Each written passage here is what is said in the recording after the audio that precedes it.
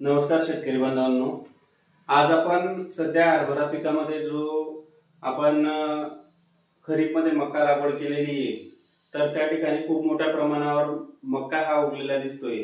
तर शेतकरी बांधवांनो, हरभरा पिकामध्ये जे आपण मागच्या 5 वर्षापासून बरेचसे शेतकरी पटेला आणि बायोक्लासिक वापरत आहेत, ते देखील आपण त्या मका जो हरभऱ्यामध्ये मका उगलेला आहे, खरीप मधलं जे आपलं मक्याचं पीक होतं ते बऱ्याचदा मशिनीद्वारे शेतकऱ्यांनी त्याची हार्वेस्टिंग केलेली, त्याच्यामुळे बराचसा मका हा खाली पसरलेला आहे आणि तो मका आता आपल्या तणाच्या स्वरूपात हरभरा या मुख्य पिकामध्ये उगतोय। तर शेतकरी बांधवांनो, पटेला जे आपण वापरतो, जे पण पटेलाने काही शेतकऱ्यांना थोडं वरचे शेंडे जे करपतात त्याच्यामुळे भीती वाटते।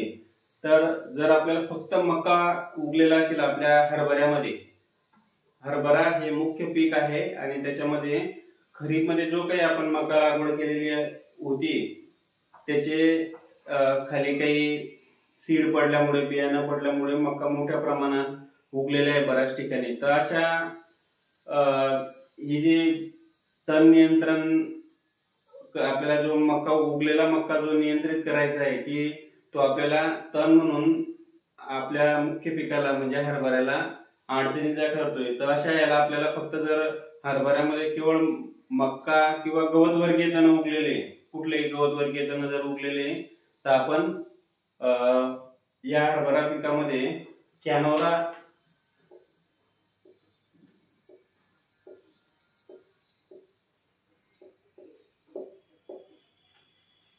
हे तणनाशक आपल्याला वापरायचं आहे। हे आपल्यासाठी नवीन नाहीये, संपूर्ण महाराष्ट्रात कापूस या पिकासाठी, कापूस सोयाबीन या पिकासाठी कॅनोरा इजेडला महाराष्ट्रात पहिलं प्राधान्य शेतकऱ्यांनी दिलं। त्यासाठी मी मनापासून शेतकऱ्यांच्या आभार व्यक्त करतो। त्यानंतर आता आपल्याला हरभरा पिकामध्ये देखील याची खूप मोठी मदत होणार आहे। जिथं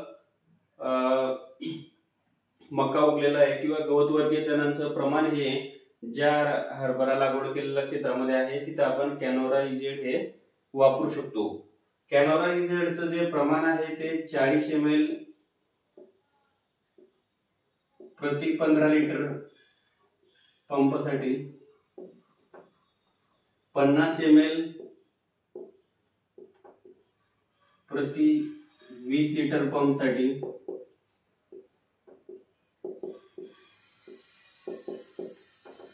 कॅनोरा इजेडचा वापर थोडक्यात कसा करायचा, त्याचा रिझल्ट किती दिवसात येतो ते देखील आपण सांगू।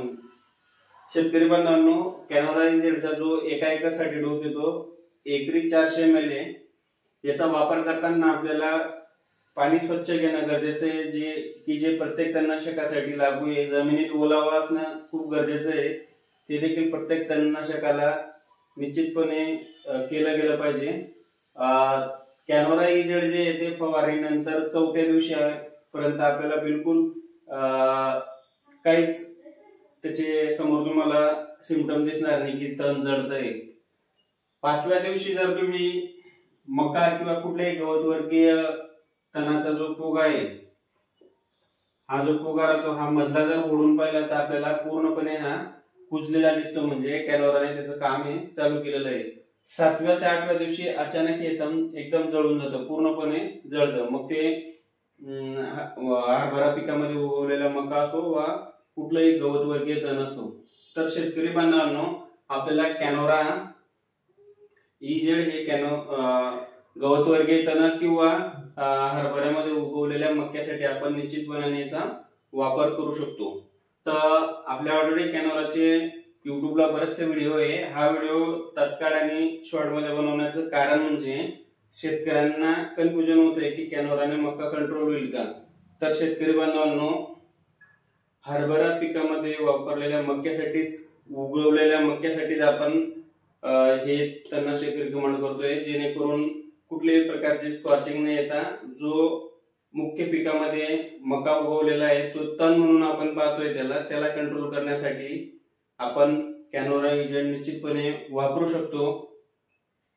धन्यवाद।